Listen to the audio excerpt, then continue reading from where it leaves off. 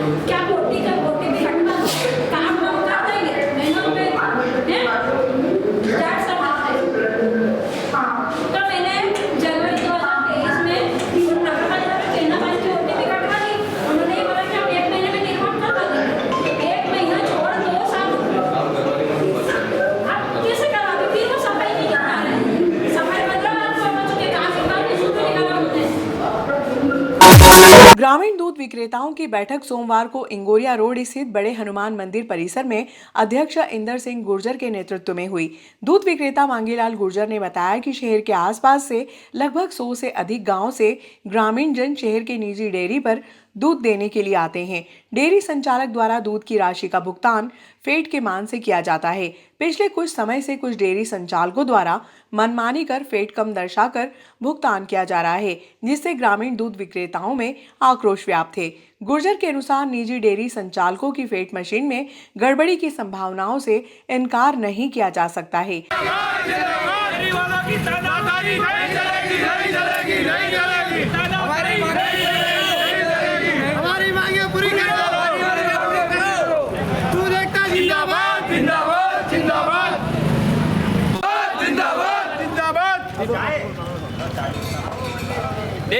की तानाशाही नहीं चलेगी, नहीं चलेगी। डेयरी वालों की तानाशाही नहीं चलेगी, नहीं चलेगी।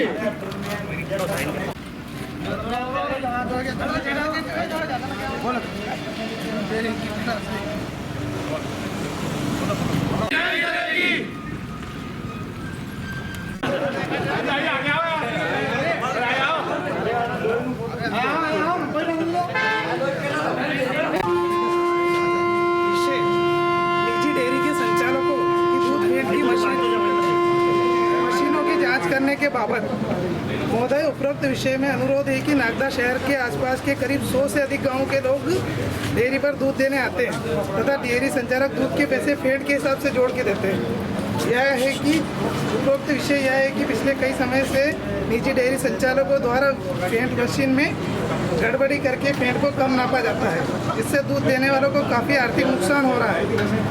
यह है कि दूध विभाग द्वारा निजी डेयरी संचालकों की फेट मशीनों की जांच नहीं करने से डेयरी संचालक मनमर्जी से फेट मशीन में गड़बड़ी फेट कम कर रहे हैं, वहीं ग्राहकों को कम फेट का दूध ज़्यादा फेट का बताकर बेच रहे हैं। अतः श्रीमान से अनुरोध है कि निजी दूध डेयरी संचालकों की फेट मशीन की जांच करने का कष्ट करें।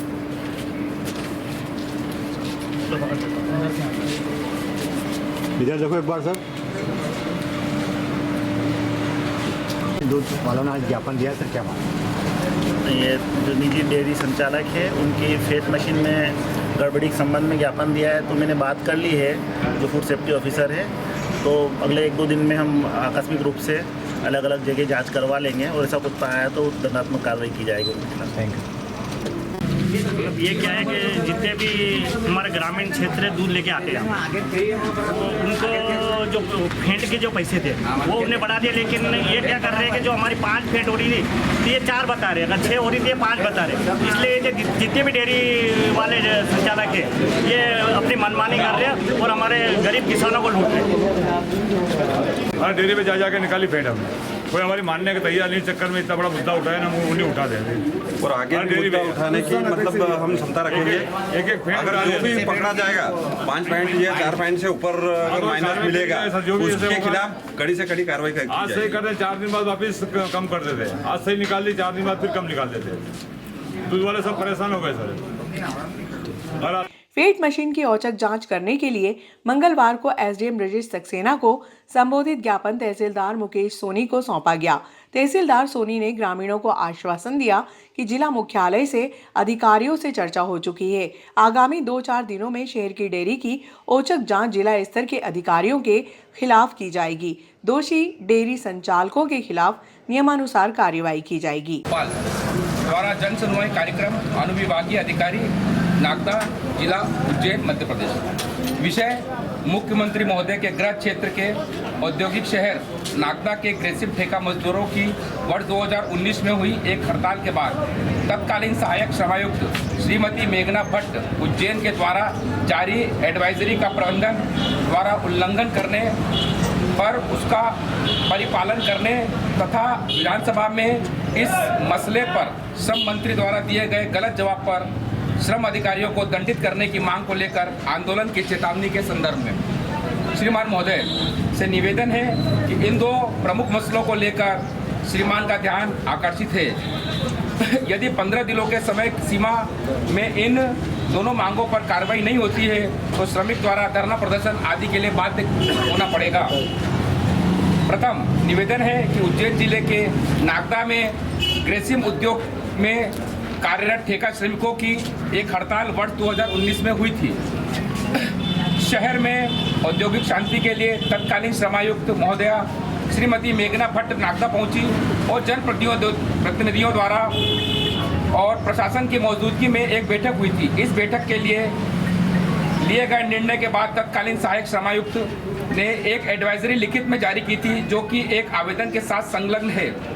इस एडवाइजरी में के बाद शासन, प्रशासन और जनप्रतिनिधियों के आश्वासन के बाद ठेका श्रमिकों के हड़ताल को समाप्त किया गया था, लेकिन इस एडवाइजरी का पालन 6 वर्ष बीत जाने के बाद भी अभी तक नहीं हो पाया है। तो इस एडवाइजरी में को लेकर हाल में संपन्न विधानसभा में एक अतार्किक प्रश्न पूछा गया था जिसका जवाब श्रम मंत्री महोदय ने गलत दिया और गुमराह किया गया है।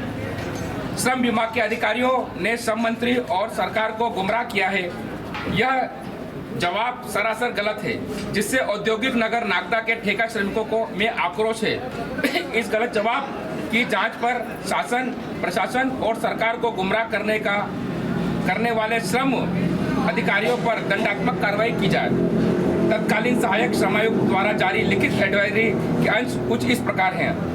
नंबर 1, गतिरोध के फलस्वरूप किसी भी श्रमिक के विरुद्ध प्रबंधन द्वारा बदले की भावना से कार्य नहीं किया जाएगा। आपत्ति, लेकिन प्रतिशोध की भावना से प्रबंधन के कई मजदूरों को प्रताड़ित किया और नौकरी से बेदखल किया गया है। आपराधिक प्रकरण भी दर्ज किए गए हैं। नंबर 2, श्रमिकों के पद में परिवर्तन शासन द्वारा निर्धारित अति कुशल, अकुशल, अर्धकुशल की श्रेणियों के अनुसार किया जाएगा तथा एरिया नियमानुसार किया जाएगा। इस बिंदु का उल्लेख हुआ है। नंबर 3, ठेका श्रमिकों को स्थायी श्रमिकों की तरह पारिवारिक कार्यक्रम हेतु कंपनी का मांगलिक भवन का उपयोग लाभ किया जाएगा। नंबर 4, ठेका श्रमिकों का वर्गीकरण उपरांत पद के अनुरूप वेतन का पुनः निर्धारण 1 माह में किया जाएगा। आपत्ति, उक्त बिंदुओं का उल्लंघन हुआ है। नंबर 5, ठेका श्रमिकों के वेतन वृद्धि के एरियर का भुगतान 1 अप्रैल 2019 के स्थान पर 1 जनवरी 2019 से मान्य किया जाएगा। आपत्ति, उल्लंघन हुआ है। नंबर 6, उद्योग परिसर के नवीन भर्ती के संबंध में ठेका श्रमिकों को उनकी योग्यता और कुशलता के दृष्टिगत रखते हुए रिक्त पदों की नियोजन में 20% की प्राथमिकता दी जाएगी। आपत्ति, उक्त बिंदु का उल्लंघन जारी है। कुछ भर्ती हुए जो कि अधिकांश यूनिट नेताओं के रिश्तेदारों की हुई है। आम ठेका मजदूरों का कोई लाभ नहीं मिला है। वरिष्ठ का उल्लंघन कर यूनियन नेताओं के लोगों को मौका दिया गया। इस बारे में हाल में श्रम मंत्री ने जो विधानसभा में जवाब दिया है वो सरासर झूठ है। 15 दिनों के निराकरण नहीं हुआ तो श्रमिक आंदोलन के लिए बाध्य होंगे। इसकी प्रतिलिपि माननीय श्री विधायक श्री तेज बहादुर जी चौहान और पूर्व विधायक श्री दिलीप सिंह जी गुजर को दी जा चुकी है। धन्यवाद। भारत माता की जय।